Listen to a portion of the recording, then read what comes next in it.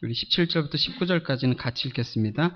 무화과나무에 과일이 없고 포도나무에 열매가 없을지라도 올리브나무에서 딸 것이 없고 밭에서 거두어 들일 것이 없을지라도 우리의 양이 없고 외양간에 소가 없을지라도 나는 주님 안에서 즐거워하련다. 나를 구원하신 하나님 안에서 기뻐하련다. 주 하나님은 나의 힘이시다. 나의 발을 사슴과 같게 하셔서 산등성이를 마구 치닫게 하신다. 이 노래는 음악 지휘자를 따라서 수금에 맞추어 부른다. 아멘. 오늘은 비록 뭐뭇 할지라도 이런 제목으로 우리 하나님 말씀 같이 나누겠습니다. 오늘 우리가 함께 살펴본 이 하박국서는요, 선지자 하박국에 의해서 기록된 선지서로 그렇게 알려져 있습니다. 그러나 이 하박국 선지자가 개인적으로 어떤 인물이었는지, 또는 이 하박국 선지자가 활동하던 연대가 정확히 몇 년도였는지는 아직도 신학계에서도 논란이 많이 되고 있습니다. 다만 일반적으로 동의되고 있는 것은 아마도 이 하박국이 유다 왕 요시야의 말기부터 여호야김 왕 초기까지 사역하던 선지자였을 것이다 라고 추정하고 있고, 대략 그 연대는 아마 BC 640년에서 587년 사이일 것이라고 예측하고 있습니다. 그리고 이 하박국 선지자는 아마 성전 성가대와 관련된 레위지파 출신이었거나 주로 성전에서 예언을 하던 그런 선지자였을 것이다 이렇게 보고 있습니다. 그래서 우리가 지금 함께 읽은 이 하박국 3장도 아마 성전 제사 때에 곡조를 붙여서 불렀던 기도 시라고 그렇게 보고 있습니다. 당시 하박국 선지자가 활동하던 시대의 배경은 하나님의 백성이었던 유다 나라가 북쪽으로는 아시리아라고 하는 강대국, 그리고 남쪽으로는 이집트라고 하는 강대국들의 틈새에 끼어서 그들의 눈치나 보면서 그들의 피리 소리에 맞춰 춤을 추는 그런 꼭두각시와 같은 그런 신세로 살아가고 있던 때입니다. 마치 우리나라가 과거에 중국과 일본의 틈새에 끼어서 막 눈치 보기를 했던 역사와도 비슷할지도 모르겠습니다. 그러던 중에 BC 612년에 이미 당시의 강대국이었던 아시리아가 신흥 강국으로 부상하고 있던 바벨론에 의해서 멸망을 당하게 됩니다.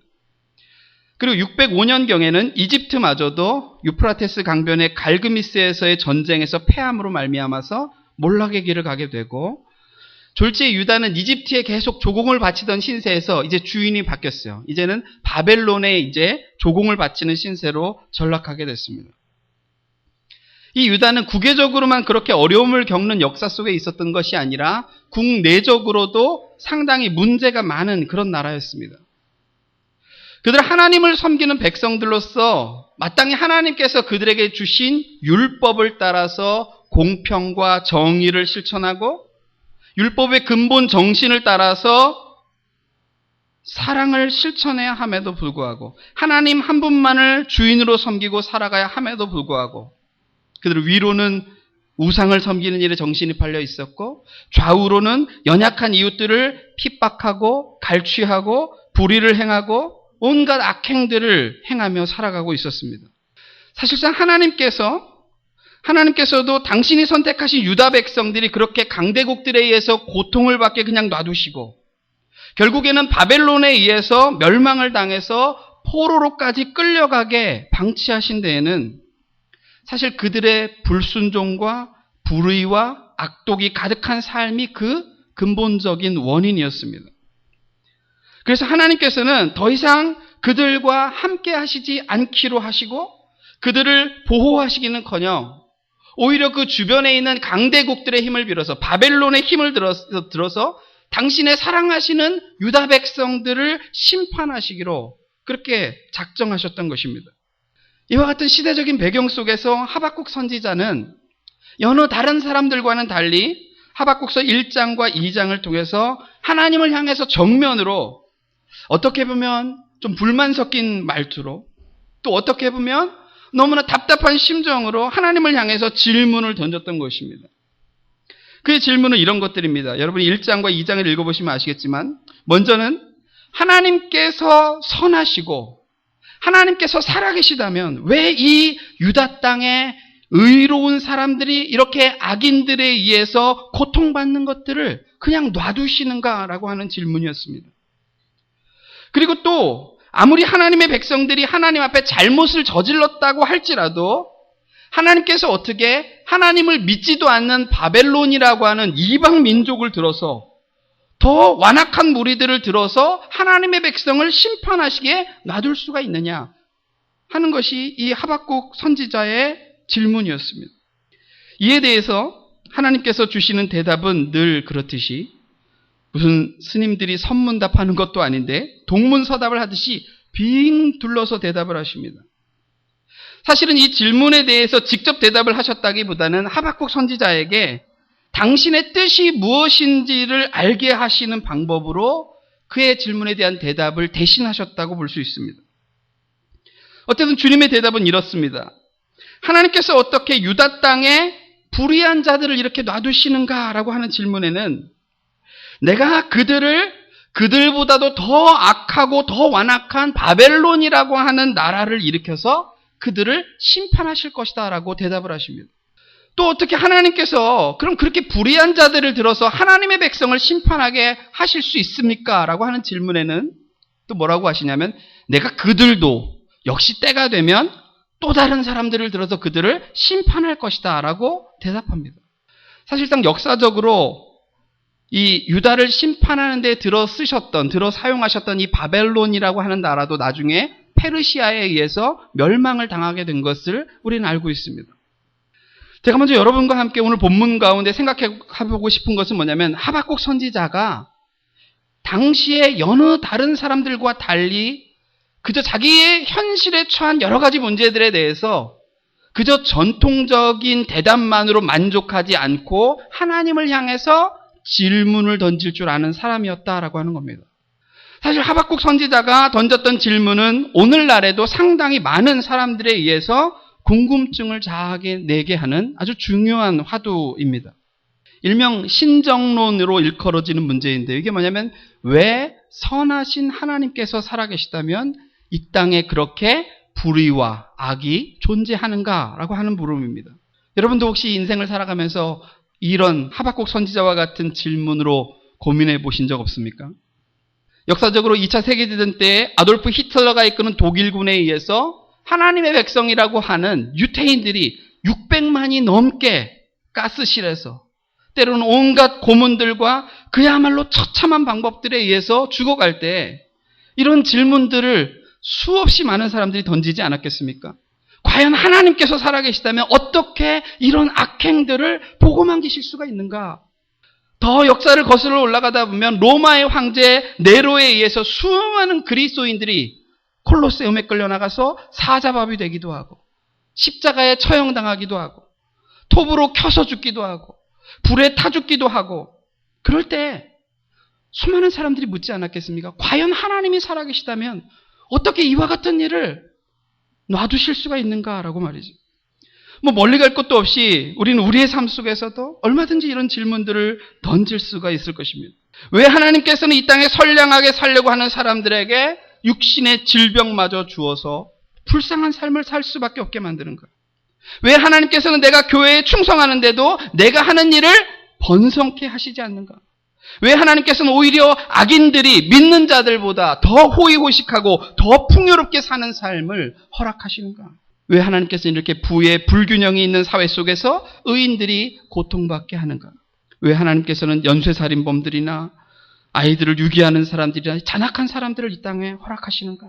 사실 우리가 인생을 살아가면서 수없이 던지는 질문들 가운데 명확한 대답을 얻을 수 있는 질문들은 그렇게 많지 않습니다. 그러나 그럼에도 불구하고 저는 여러분에게 이 하박국 선지자처럼 하나님을 향해서 질문을 던지는 사람이 될 수 있기를 바랍니다.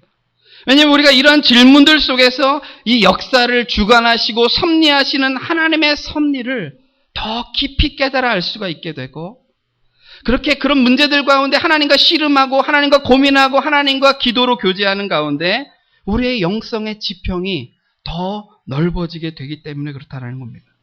우리가 하나님의 섭리와 하나님의 뜻과 계획과 그분의 마음을 알아가면 알아갈수록 우리를 시험에 들게 하는 여러 가지 문제로부터 우리는 자유함을 얻을 수 있고 우리의 신앙은 더 깊어질 수 있게 되는 것입니다. 어떤 사람은 이런 신학적인 질문이나 신앙적인 질문에 대해서 좀 같이 한번 고민해보자, 생각해보자 이렇게 말하면 뭘 그렇게 골치 아프게 생각합니까? 그냥 꽉 믿으세요. 이런 분들이 계세요. 여러분, 근데 그냥 무조건 따지지 않고 꽉 믿는 게 그게 좋은 신앙일까요? 그렇지 않을 것입니다. 이렇게 그냥 꽉 믿어 하시는 분들도 사실 정작 자기의 삶에 그와 같은 어려운 문제가 닥치게 되면 아마 생각이 180도 바뀌게 될 것입니다. 혹은 그 문제에 대한 하나님의 뜻을 알지 못하고 실족하여 넘어져서 자기가 그나마 갖고 있던 신앙조차도 내팽개칠지 모르겠습니다. 사실 하박국 선지자는 지금 질문을 던질 때 하나님께서 정말 살아계시는지 살아계시지 않는지를 의심하며 던지는 질문은 아니었습니다. 그는 다만 자기가 전통적으로 가져왔던 하나님에 대한 생각, 공의로우시고 의로우시고 선하신 하나님에 대한 생각과 지금 현재 역사 속에서 벌어지고 있는 이 현실이 왠지 잘 맞아들어가지 않는다라고 하는 것 때문에 고통스러워하고 괴로워하면서 답답한 나머지 하나님의 뜻을 알고자 질문을 던졌던 것입니다. 그리고 그는 하박국서 2장 4절을 통해서 이 불의가 가득하고 비도덕적인 세력이 세상을 통치하는 가운데에서 하나님의 백성들이 어떻게 살아가야 되는지에 대해서 소중한 대답을 듣게 됩니다. 우리 여러분 본문 성경에 좀 앞을 넘겨서 하박국서 2장 4절을 우리 같이 한번 봉독하겠습니다. 2장 4절입니다.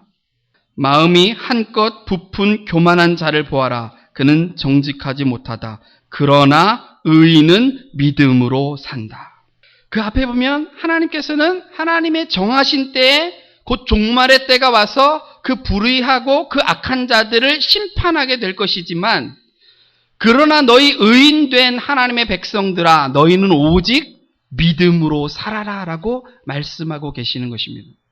이 구절은요 나중에 사도 바울이 로마서와 갈라디아서에서도 인용하는 아주 중요한 말씀이기도 합니다.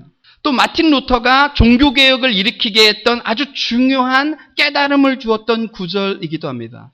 그게 바로 솔라 피데, 오직 믿음으로라는 모토예요. 비록 우리가 두 발을 딛고 살아가는 이 세상이 아직 하나님의 완전한 심판의 때가 임하지 않았기 때문에 불의가 여전히 득세하고 있고 죄악이 여전히 관영하고 있지만 그러나 때가 되면 반드시 하나님의 심판이 임하게 될 것이고 하나님의 공평과 하나님의 정의가 실현되게 될 날이 오게 될 것이라고 하는 것입니다.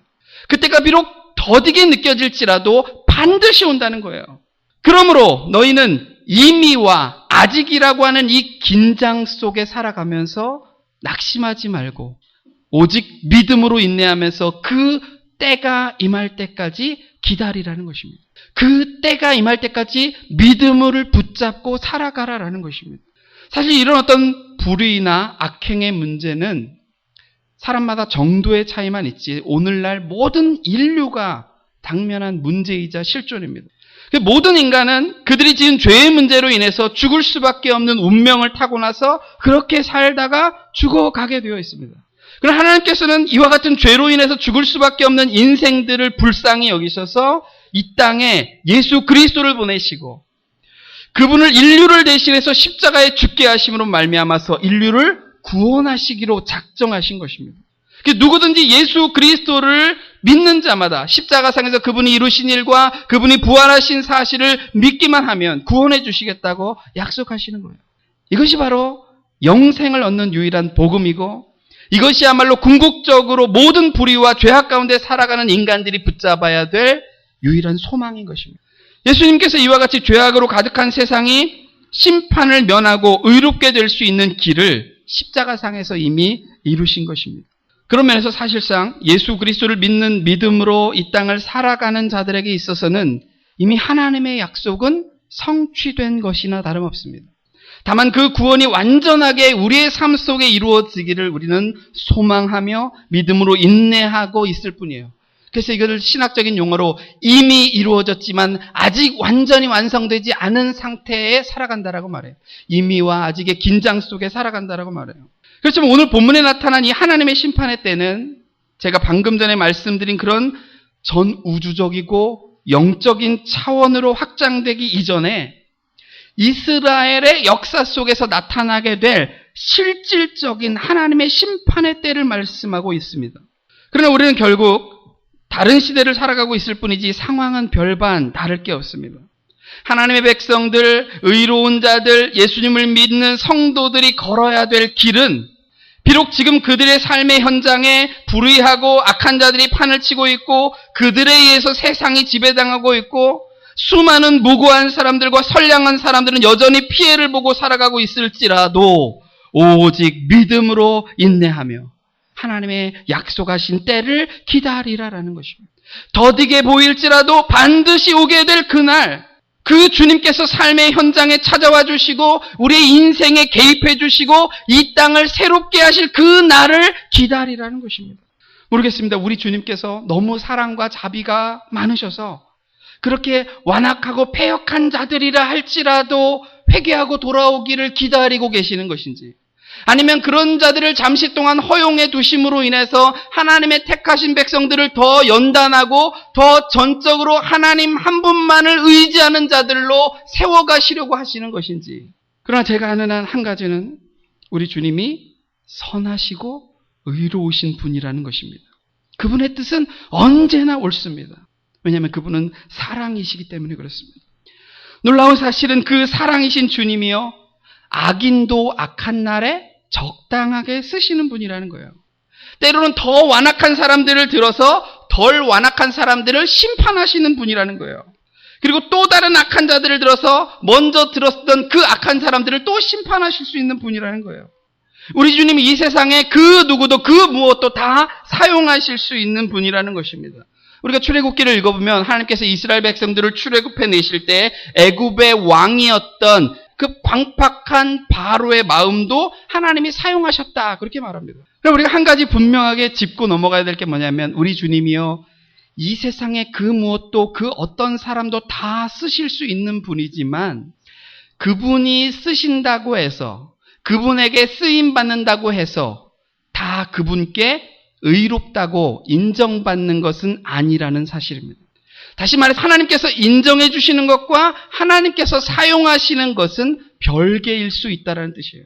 하나님께서 애굽의 마음이 강팍한 바로 왕을 사용하셨지만 그를 의롭다라고 인정하시는 게 아니라는 거예요.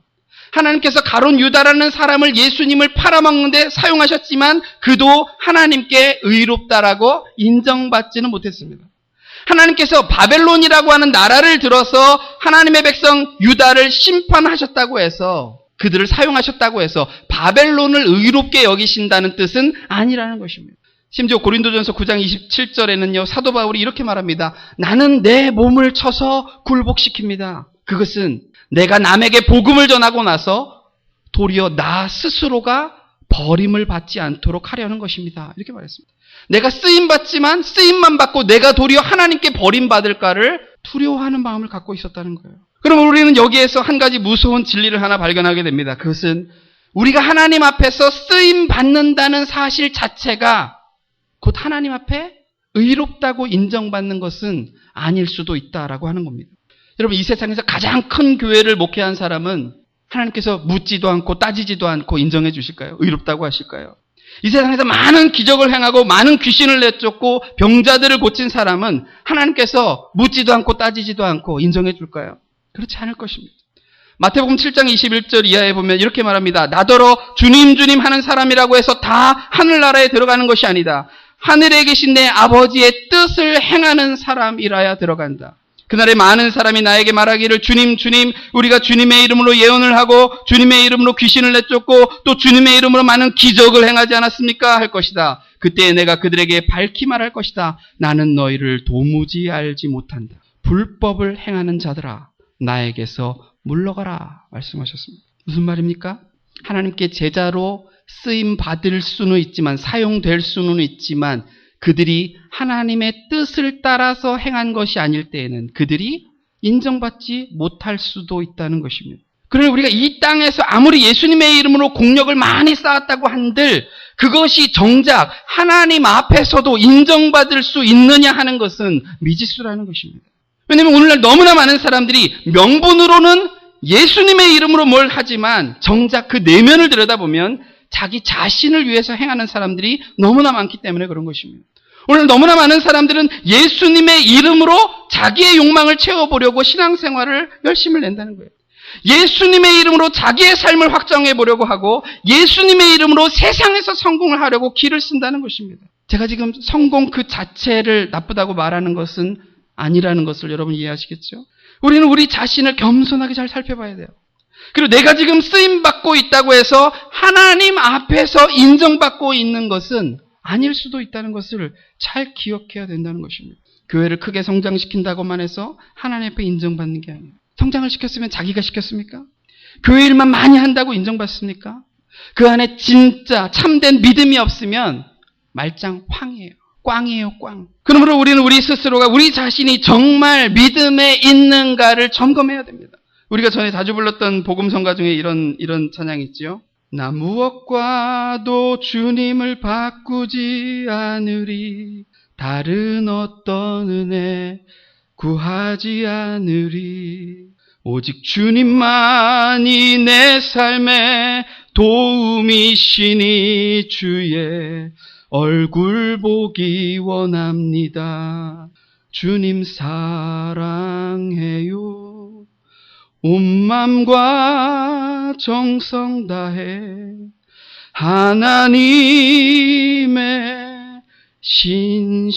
신실한 친구 되기 원합니다. 내가 하나님 앞에서 지금 인정받는 참된 믿음을 갖고 있는가 그렇지 않은가를 보려면요, 이 노래 가사를 통해서 우리 자신을 비추어 보면 될 것 같습니다. 참 믿음은 어떤 믿음인 줄 아세요?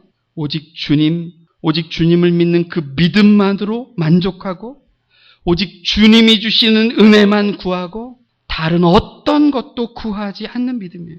오직 주님만이 내 삶의 도움이심을 믿고 주님만 신뢰하고 온 마음과 온 정성을 다해서 주님만 사랑하는 사람이 되는 거예요. 주님의 신실한 친구가 되기를 연습하는 삶을 살아가는 것입니다. 근데 우리는 지금 어디서 또 어떤 다른 은혜들을 구하고 있느냐 말이에요. 교회에서는 실컷 찬양을 그렇게 불러놓고 교회 문방만 나서면 온갖 세상 것들을 다 추구하며 살아가고 있지 않습니까? 그런 것들 하나님 나 안 주면 나 하나님 안 믿을래요. 떼쓰고 있지 않습니까? 하나님 왜 내 기도 안 들어줘요? 왜 내 사업 잘 안 되게 해줘요? 왜 내 병 안 고쳐줘요? 왜 우리 애들 유명한 대학 안 보내줘요? 맨날 다른 은혜들을 입에 달고 살지 않습니까? 그러면서 정작 소중하게 생각하고 정작 감사해야 될 그 은혜들은 우리가 다 팽개쳐놓고 살고 있지 않느냐라고 하는 것이죠. 우리가 이 땅을 살아가면서 진정으로 추구해야 될 대상이 무엇입니까? 라고 하는 질문부터가 틀려먹었어요. 맞는 질문은 이것입니다. 우리가 이 세상을 살아가면서 진정으로 추구해야 될 대상은 무엇입니까가 아니라 누구입니까? 라고 물어야 됩니다. 그리고 그 누구는 바로 우리 하나님이셔야 돼요. 하나님이 복음이라는 거예요. 하나님이 목적이고 하나님이 전부인 삶, 그 삶을 살라라고 우리를 이 땅에 허락하셨다는 거예요. 근데 우리는 맨날 어디다 한눈을 팔고 있냐는 거예요. 삶 속에 이 목적이 분명히 이루어진 사람은요, 당연히 자기의 삶의 가치관이 달라질 수밖에 없어요. 삶의 우선순위가 달라질 수밖에 없는 거예요. 다른 은혜들은 구하지 않게 된다니까요. 다른 가치들은 있으면 그냥 좋고 없어도 그만인 것들로 생각할 수 있게 되는 거예요. 오늘 하박국 선지자는 하나님과의 심도 깊은 이 질문을 던지는 삶 속에서 드디어 이 역사를 향하신 하나님의 뜻을 깨닫고 하나님을 찬양하기 시작합니다. 우리 함께 17절과 18절을 한 번 더 봉독하시겠습니다. 17절과 8절입니다. 무화과 나무에 과일이 없고 포도나무에 열매가 없을지라도 올리브나무에서 딸 것이 없고 밭에서 거두어 들일 것이 없을지라도 우리의 양이 없고 외양간에 소가 없을지라도 나는 주 안에서 즐거워하련다. 나를 구원하신 하나님 안에서 기뻐하련다. 무슨 뜻입니까? 지금 자기의 삶 속에 아무것도 남아있지 않아요. 자기의 생존을 위협할 형편에 자기 자신이 놓인다라고 할지라도, 아무런 열매를 얻을 수 없다라고 할지라도, 아무런 성취도 얻을 수 없다라고 할지라도 나는 주님 안에서 즐거워할 것이며 나를 구원하신 하나님 안에서 그분으로 인해서 그분 한 분만으로 기뻐하겠다는 것입니다. 우리가 보는 세번역 성경에는요, 하박국서 3장 2절에 이렇게 나옵니다. 주의 일을 우리 시대에도 새롭게 하여 주옵소서. 이렇게 번역되어 있어요. 근데 개역 성경에는 이렇게 번역되어 있습니다. 여호와여, 주는 주의 일을 이 수년 내에 부흥케 하옵소서. 여러분, 하나님께서 진정으로 이 땅에 일으키기 원하시는 부흥이 뭐라고 생각하세요? 어떻게 하면 많은 사람들을 불러다가 교회에 앉혀놓고 교인 수를 늘릴 것인가를 고민하는 것입니까? 그래놓고 교인 수 자랑이나 하면서 그것을 마치 자기 교회의 성공이라도 된 양 자랑이나 늘어놓기를 바라는 것이겠습니까? 얼마나 많은 사람들이 이 구절에서 부흥이라는 말을 오해하는지 모릅니다. 부흥이 무슨 뜻인지도 모르고 한국 사람들은 부흥하면 일단 흥분부터 하는 게 한국교회예요. 부흥이 뭡니까? 진정한 부흥은 하나님의 백성들이 새로워지는 것이에요. 어떻게 새로워지는 거예요? 더 이상 다른 어떤 세상적인 은혜도 구하지 않고 오직 믿음만으로, 오직 주님 한 분만으로 만족해하고 한 분만으로 즐거워하고 기뻐할 줄 아는 믿음으로 새로워지는 것입니다. 근데 우리는 너무 우리식대로 우리의 세상적인 가치관을 따라서 하나님을 기쁘시게 하려고 애를 쓸 때가 너무나 많다는 거예요. 하나님께서 언제 우리에게 돈을 달래요? 하나님께서 우리에게 언제 화려하게 지은 교회당을 달래요? 하나님의 이름으로 우리 보고 무슨 많은 업적을 이루어 달래요? 우리가 착각하지 말아야 될 것은 우리가 믿는 하나님은 전능하신 하나님이라는 사실입니다. 우리가 믿는 하나님은 이 세상 우주 만물을 창조하시고 그것을 지은 그 주인이 되시는 분이라는 사실이에요. 근데 그분이 우리에게 이 땅에 있는 가치들을 요구하겠어요? 뭐가 아쉬워서? 하나님이 우리에게 요구하시는 것은 다른 것이 아닙니다. 여러분과 나, 우리 자신을 원하시는 거예요. 우리 자신과 교제 나누기를 원하시는 것이고 우리 자신을 변화시키기를 원하시는 거예요. 우리의 마음, 우리의 사랑, 우리의 헌신을 원하시는 것이지 그 알망이는 다 빠져나가고 껍데기 신앙생활을 원하시는 게 아니라는 것입니다. 사랑이 없는 예배, 사랑이 없는 많은 헌금, 사랑이 없는 충성, 사랑이 없는 전도와 선교, 기도와 봉사 다 필요 없다는 거예요. 그렇게 형식적으로 습관적으로 예배드린다고 나와 앉아있는 사람들을 향해서 하나님, 난 니네 중에 누가 성전 문을 좀 닫아버릴 사람이 있었으면 좋겠다라고 말하는 거예요. 차라리 누가 예배당 문을 좀 닫아서 저 인간들 좀 못 들어오게 했으면 좋겠다라는 거예요. 왜냐하면 이제는 그런 제사, 그런 예배, 그런 헌신, 이 신물이 난다는 것입니다. 그러므로 오늘 우리는 하박국 선지자의 기도시를 통해서 우리의 신앙을 진지하게 다시 점검해 볼 필요가 있습니다. 나는 지금까지 과연 무엇을 위해서 살아왔는가? 나는 도대체 어떤 마음으로 신앙생활을 해오고 있는가? 나는 과연 하나님 한 분만으로 기뻐하고 즐거워할 수 있는가? 나는 오직 믿음의 사람인가? 나는 나의 남은 생을 어떻게 살 것인가? 깊이 고민하시고 주님의 은혜 안에서 새롭게 부흥되시는 저와 여러분이 되기를 주님의 이름으로 축원드립니다.